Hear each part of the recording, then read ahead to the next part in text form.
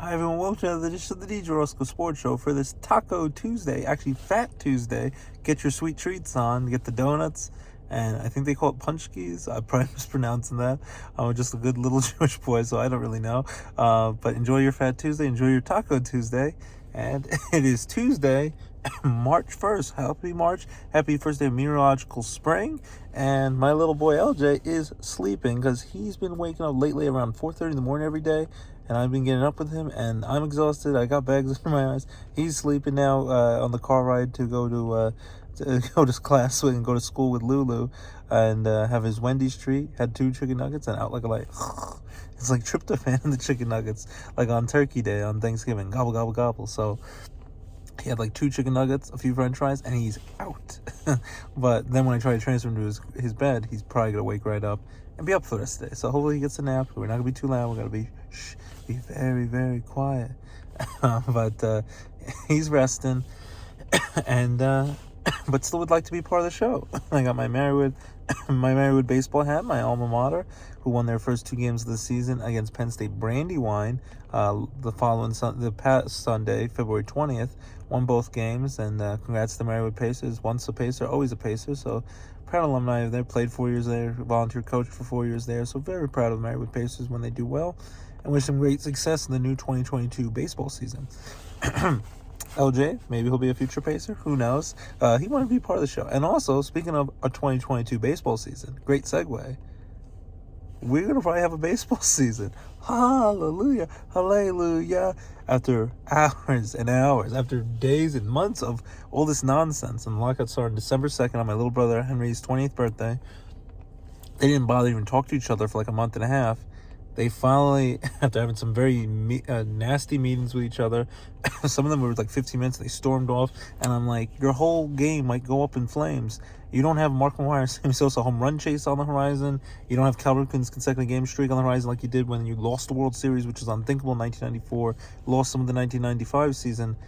What's going to bring back the game when already young people are going to MMA, mixed martial arts fighting? They love football, they love basketball. NASCAR's big. Golf is pretty big, pro golf. Soccer's getting bigger in this country, especially the World Cup is this year.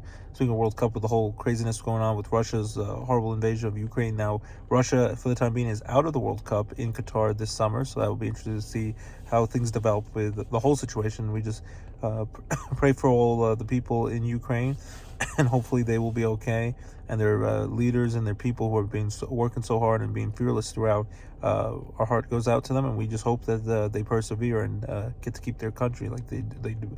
It's their country, and no one should ever take that from them. So hearts go out to them. I wanted to quickly mention that. But so yeah, all these sports are getting so much bigger, and then what's gonna make people care about baseball? I'm a sicko. I'm obsessed with baseball.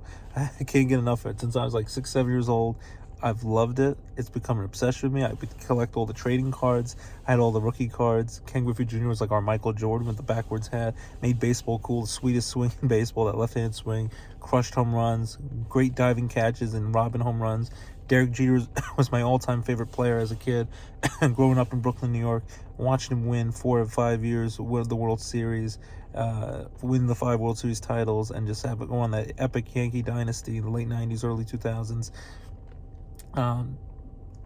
I became obsessed with it. Paul O'Neill was going to get his number retired on August 21st of 2022, number 21. They called him the Warrior. Paul O'Neill was such a great player, and Scott Brocious and Tino Martinez, Don Manley, Donnie Baseball I loved. So I just fell in love with it at such a young age, and it stinks that at times things have kind of ruined the sport. The steroid scandals, Barry Bonds, to me, him, McGwire, Sosa, they're paper champions with their home run records. Hank Aaron still should be the all-time home run king. He's the true home run king. And the great late Roger Maris, who still, by the way, leads American League home run hitters of all time in a season with 61 home runs in 1961. Great movie on HBO Max. You want to check it out. Billy Crystal from 2001, 21 years ago. It's hard to believe, but Thomas Jane playing Mickey Mantle, Barry Pepper as Roger Maris, who dealt with all this animosity and hatred towards him because he wasn't beloved like Mickey Mantle, and he was trying to break one of the most beloved home run records from the great Babe Ruth, the Sultan of Swat. And a great movie about it, 61 with an asterisk, and he never deserved an asterisk. His numbers should count. If anything, Barry Bonds' numbers should have an asterisk by it. All-time home run king and single-season home run king. Hank Aaron should be the home run king, and Roger Maris should still be the single season home run king. They did legit. But the only thing you could do, and I kind of agree, people want them just to get in because they had great careers. They've kept Barry Bonds and Sammy Sosa and Mark McGwire and Roger Clemens, and A-Rod had no chance getting in. They've been kept out of the Hall of Fame. It's the last really thing they can do. But between those scandals and then several week scandals ruined the integrity of the game, and then you have the whole nonsense with Rob Manfred, the commissioner of baseball, calling it just a piece of metal and changing things up with the 7-inning doubleheaders, which were ridiculous, and then having the ghost runner on second base in extra innings, which is just madness. It's not legit baseball. It's not earned. Well, now, after earlier in the day yesterday, it was looking bad. It was the deadline that the owners had set that they need about a month of spring training time. And we're like, how are they going to get this done? February 28th has to be done. But they made significant progress. The owners came off some of their positions that were non-stars. The players came down from some of their positions. They're trying to raise the league minimum up because they're a lot lower than pro hockey and basketball and football, and try to get up to about $700,000 a year. Because as much as there's superstar players making $30-40 million a year, Max Scherzer just signed with the Mets, gonna make $43 million a year at 38 years old, and Garrett Cole making $30-something million a year.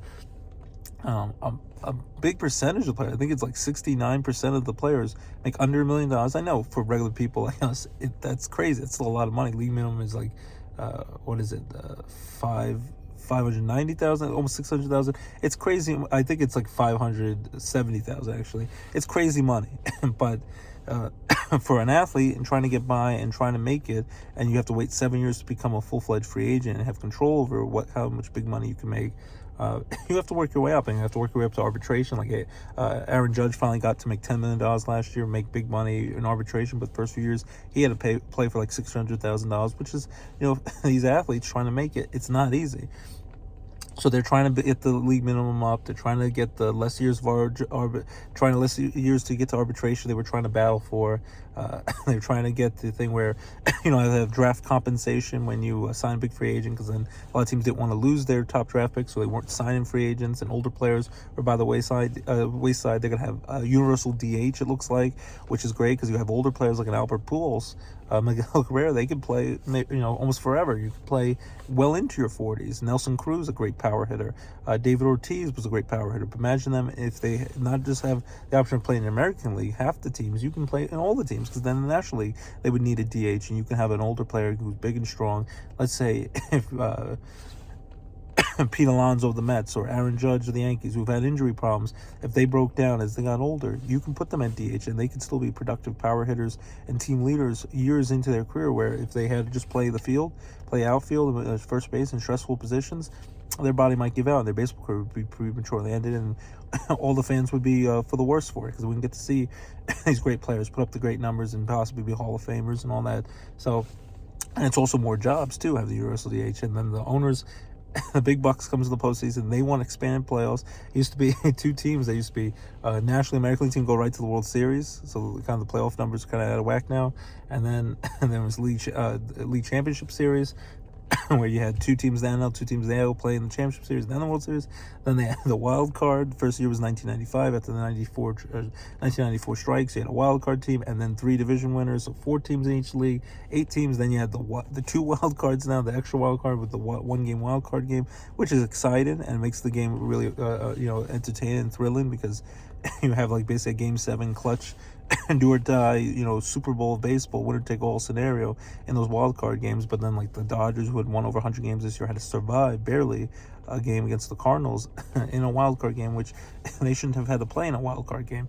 So then it was 10 teams overall, 5 teams in each league. And then the pandemic season, with the 60-game shortened season, they had an extra wild card team. It was best of 3 with the wild card, which I would like to see. And then they were talking about having a ghost, where the team with the better record, you play all the games at home, that's fine. But to start off with a win advantage going into that, I don't agree with that. You got to earn the wins. It's like a ghost runner on second base. You don't just get a random win handed to you. But right now, the owners basically, they want 14 teams. They want 7 teams on each side, 4 division winners and 3 wild cards. or maybe it's actually we have the 3 division winners and 4 wild cards. I think what they're going to end up doing, the players want it less because they think that somehow you're not going to compete as much, even though you think that your team is going to be staying the pennant chase longer. They're going to not give up and kind of punt on the season, as they would say. The Washington Nationals, Chicago Cubs, who had winning records, playing well about All-Star break, and they just gave up because they didn't think they have a chance. So more teams would be in it longer, and more fan bases would be engaged with it, which would be more exciting, especially for the younger demographic. But the players, I think, they also use it, see it as a bargaining chip. They don't want to give that up. So I think they've agreed to, looks like they're going to have 12 teams in the playoffs, 6 teams on each side, 3 division winners, 3 wild card winners. So possibly the Phillies will finally end a winning season at 82 and 80. You might get teams, especially if you have the 7 teams in each league, you might get teams who are barely 500, just under. So sometimes the football will be watered down, might sneak in the playoffs. And what about if they, like a best of 3 wild card matchup, knocked off a 100-win Dodgers team, or something crazy like that, or Red Sox or Yankees or Astros, Braves, who just won the World Series. So you're not gonna make everyone happy in this scenario. The owners want more money, more revenue, and then they can give more money to the players they're willing to, but they want more teams in the playoffs. They want 14, 7 in each league. Looks like it's gonna be 6 in each league, 12 overall. So 12 of the 30 is not bad. 14 out of 30 really seems to water down the product. Maybe eventually they will end up doing that to make more money for the players and owners, so they can all divvy it up. But compared to what it was when it used to be 2 teams, 1 in each league goes to the World Series, playoffs might take 2 or 3 months now if you have lots of days in between. So it'd be exciting to see a lot more teams have a real legit chance to make the playoffs and have a chance to have some October glory. So I'm excited about it. It's not, as we do the show, it is 12:17 in the afternoon. It is not a done deal yet, but it looks like pretty much a done deal. They're trying to cross the T's and dot the I's, so I hope it won't fall through at this point, because they claim the new deadline is till 5 o'clock today, because you still need almost a month of spring training. So if you start at today's March 1st, it would work nice, because by March 31st, this month, which is hard to believe, the end of this month in 30 days, would be opening day. So the Yankees would be at the Texas Rangers, and we'd be excited. So there are people that are still free agents that need to be signed and traded and all these other stuff, that everything got shut down. A lot of players, there was a mad rush, which made the beginning of the offseason very exciting. That usually it's a long sloth-like pace to see big-time players sign, but like the Max Scherzers and the Javier Baez, a lot of the star players, Starlin Marte, they signed before the lockout, so they kind of knew where they were going. But remember, if they weren't playing in games, they weren't going to get a paycheck. Which soon they would miss out once they had to cancel regular season games if they didn't hit this deadline.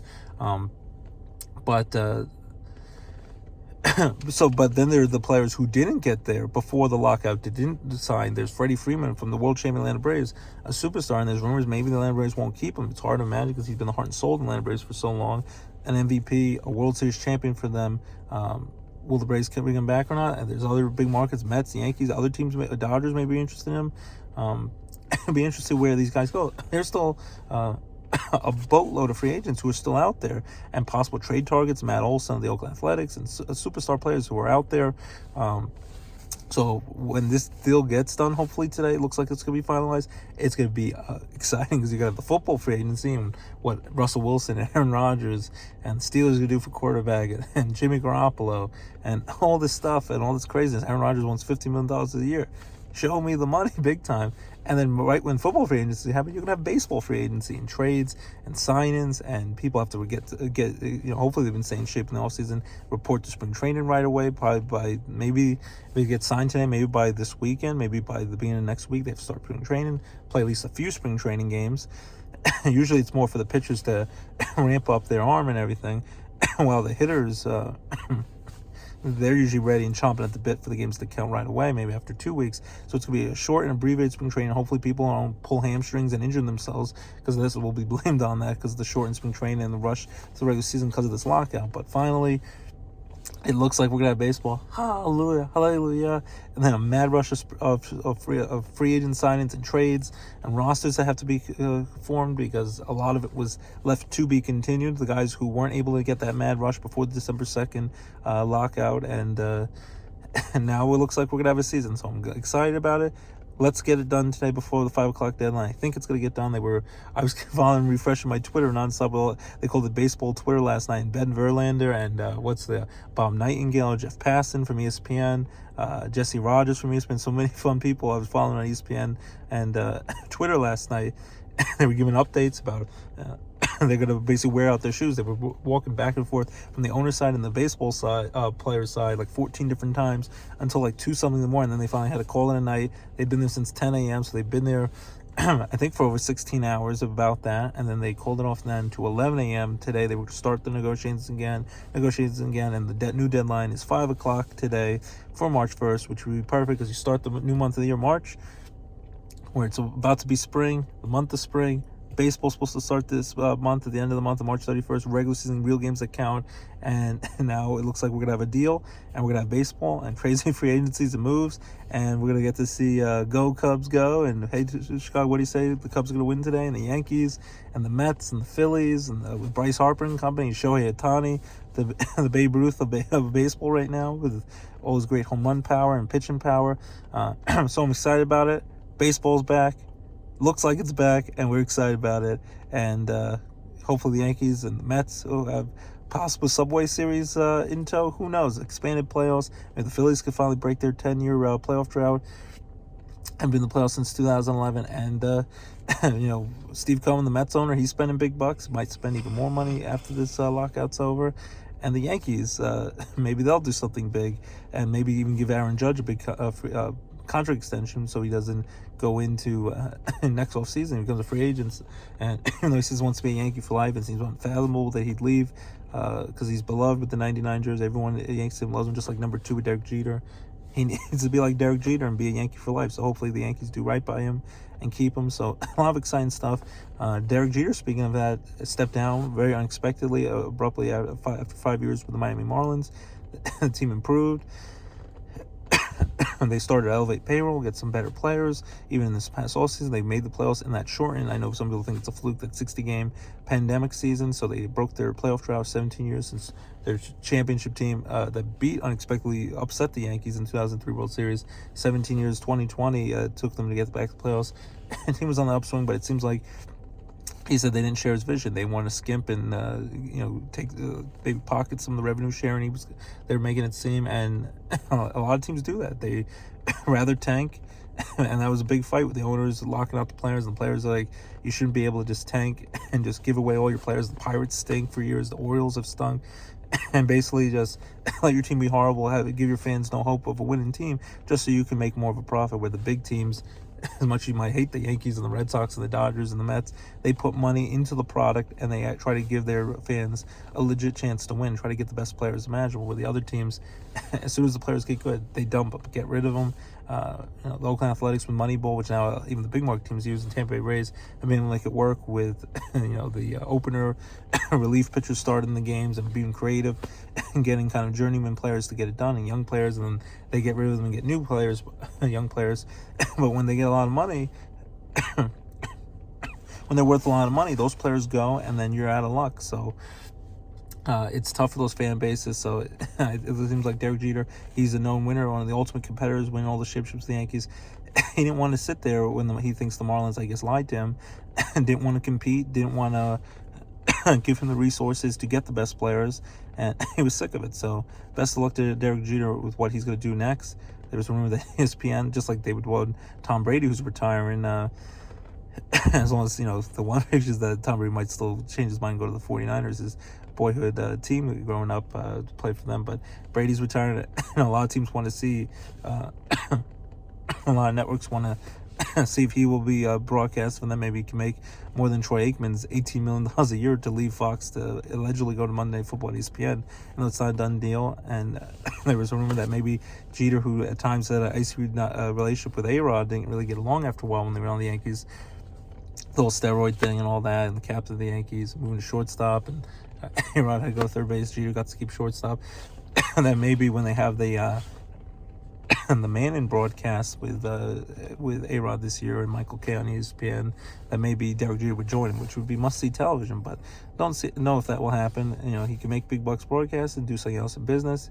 He's got a wife and young, beautiful kids, so the world's his oyster. I wish Derek Jeter the best. He's my beloved childhood hero, and maybe the Yankees could bring him back home where he's beloved and appreciated, and give him, maybe not a stake in the ownership because it's the Steinbrenner's family, but maybe they can give him a front office position and an ambassador to the team, and he can come back where he's beloved with the Yankees in the Bronx, where he got elected into the Hall of Fame last year. And it would be nice. It was always weird to see him as a Marlin, but it'd be nice to see him be part of the Yankees again. So that was unexpected, but you got to tip your cap to Derek Jeter. He probably forfeited a lot of money because he didn't want to continue if they would be okay with just losing. So the Marlins were improving, man. Maybe they'll take a step back. We'll see. But excitement, baseball's going to be back. Free agency, trades are going to be happening. Football's going to be exciting with all the free agency and crazy stuff happening now that the LA Rams, they won the Super Bowl. Congrats to Matthew Stafford, Cooper Kupp, who won the MVP just like I predicted. Matthew Stafford, after all the years of losing with the Lions, in year 13 wins it. His first year with the Rams. Sean McVay wins the Super Bowl. He's coming back. Some people, he's young. He's only 36 years old. Like I'm about to turn a few months, and they thought maybe he was going to go for big money into broadcast, but he loves coaching. He's coming back. Aaron Donald, I think, will come back, and there was rumors that Aaron Donald would retire. Whitworth, the offensive lineman, won the Walter Payton Man of the Year award. He might retire at 40 and finally gets to win a Super Bowl, go out that way. But we'll see. A lot of wheeling and dealing. What will Aaron Rodgers do? Does Tom Brady change his mind, come back to play football? Will he stay retired? Steelers, what they do at quarterback. The draft will be here at the end of April. Jaguars and Raiders will be the Hall of Fame game in Canton, Ohio on Thursday, August 4th. So in just a few months, just 5 months away, we will have some preseason football. So hallelujah. And the USFL, the Minor League Football League, starts in April on Fox and NBC. And Vince Papale from the Invincible movie, Mark Wahlberg fame and all that stuff, from the Philadelphia Eagles, got a chance to play, and a bartender at 30 years old, and kind of real life Rocky, just like the American Underdog Kurt Warner story, boxing shells, stocking shells at the grocery store, and then makes it later in his career and becomes a Hall of Fame superstar, Super Bowl champion quarterback. And I just saw American Underdog, great movie, highly recommend it, with Zachary Levi, Anna Paquin, Dennis Quaid and company, about the Kurt Warner story. Very inspirational movie. And now and now it's interesting to see how it happened. But the Jacksonville Jaguars versus the Vegas Raiders, that will be here in just 5 months. We'll have some preseason football, and before that, a lot of wheeling dealing with the free agency, and then the NFL draft coming up, and training camp and all that stuff. So it'll be interesting to see. Carson Wentz, is he gonna go? Some people think he'll go. The Steelers have any interest in him? Who knows? And the Steelers also did right and got Brian Flores, even though he was suing the NFL for discrimination. No one gave him a chance to coach in. Steelers gave him a chance, and Mike Tomlin is going to be on Mike Tomlin's coaching staff. So it'll be interesting to see how the football free offseason goes. So we get very excited real quick. But very excited that the LA Rams won that Super Bowl, even though the Bengals, a great run with Joe Burrow. Then you get some offensive line help to protect him. But they had a heck of a run and almost pulled off that upset. The LA Rams, especially Odell Beckham Jr., I'm so excited he finally won a Super Bowl, but he tore his knee, looks like he probably tore his knee, just had a kid, so hopefully he could enjoy the family time and the rehab and come back as soon as possible healthy. But he finally won a Super Bowl, and then it was basically that last drive, Matthew Stafford to Cooper Kupp. They knew he was getting the ball every time. Still was able to stop get past the Bengals defense and get the winning touchdown. And Aaron Donald was a beast, just with that horrible Swiss cheese offensive line of the Bengals. Joe Burrow never stood a chance. A great young quarterback. I think a great future in this league if he could stay healthy. But I think sprained his knee because Aaron Donald and the defense of the Rams just kept that pass rush was relentless. So it was a great Super Bowl. That was a few weeks ago, and I miss it. And I lost my train of thought. But USFL though will be here though in April. Vince Papale's son, Vinny Papale Jr., who played in Spring League Football League last year, is going to play for the Tampa Bay Bandits. So you can see him. And the son of the great Invincible Mark Wahlberg, Vince Papale character, real life Rocky story from the Eagles in the 70s. Vinny Papale Jr. is going to play for the Tampa Bay Bandits, USFL. So that will be on the major networks, FS1 and Fox and NBC. So you can get a little bit of spring football. And then next year, the XFL, which is owned by The Rock, who now is a partnership with the NFL, that'll be here. And so between all season football, spring, minor league football, and then all the offseason moves and trades and NFL draft stuff. Should be exciting to see what happens. And so between football, baseball back, basketball, LeBron James Lakers are right now a total embarrassment, but the Sixers look great. It looks like a next Shaq and Kobe 1-2 dynamic duo with James Harden and Joel Embiid. Have been great in their first 2 games. Philadelphia 76ers might be the team to beat. The Nets, they're underachieving. Kevin Durant, they hope can get him back.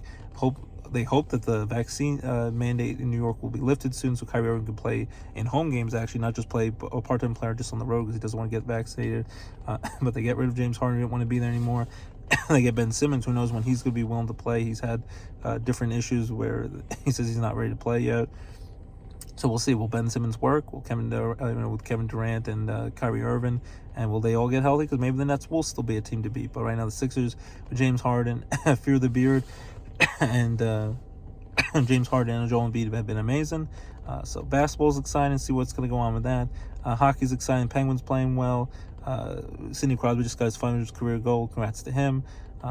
So great stuff with hockey. Baby Pens won the other day 4-3 on Tux's birthday this past Sunday. The kids loved it. All the mascots were there, including the Rail Riders champ was there, and just had a great time. Saying, let's go Pens, let's go Pens. So Baby Pens, their next home game is going to be next Wednesday, March 9th against the Cleveland Monsters at Mohegan Sun Arena at Casey Plaza in Wilkes-Barre, PA. So check out your Baby Pens, support them. Remember, the Rail Riders home opener is April 12th. So April 5th, I think, is their first game of the season, and April 12th is their home opener. So Rail Rider AAA baseball for the Baby Yankees are going to start real soon on Montage Mountain. So minor league baseball, minor league hockey are exciting, happening. Basketball, hockey, past the All-Star break. And now we past the All-Star break, trade deadlines coming up, and now we get ready for the stretch run before we get to the playoffs. And then of course football, with all the off-season moves. Baseball going to be back in a flurry, and all the exciting stuff. The Winter Olympics were cool. That was a fun time following, especially the American athletes and all the great things they were doing. Nathan Chen and Chloe Kim and all those great athletes, and great stuff. And like I said, Netflix, check out Cobra Kai. There's I Want You Back on Amazon Prime. Check out that movie. That's a good movie. American Underdog, the Kurt Warner prequel, Kurt Warner true story inspirational movie. Great stuff. You can get that on demand.